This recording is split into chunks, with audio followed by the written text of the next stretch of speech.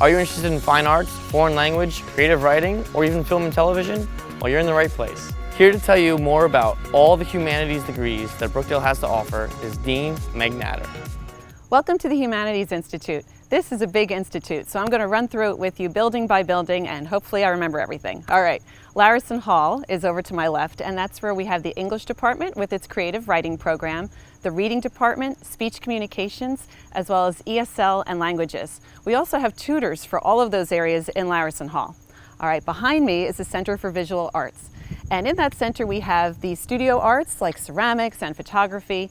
We also have digital animation and 3D design, game design, as well as our, let's call them the classical design departments like architecture, interior design, and graphic design. Moving right along to the Performing Arts Center, and that's where we have our theater and music departments.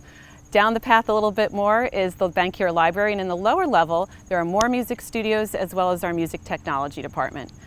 Finally, and I told you this is a big institute, finally, in the Advanced Technology Center, we have our Communication Media Department. That's TV production, audio production, and journalism. Whew, I think I got them all. All right, well, we have humanities faculty who are creative and smart and ready to meet you, and I hope I get to meet you sometime soon, too. Thanks.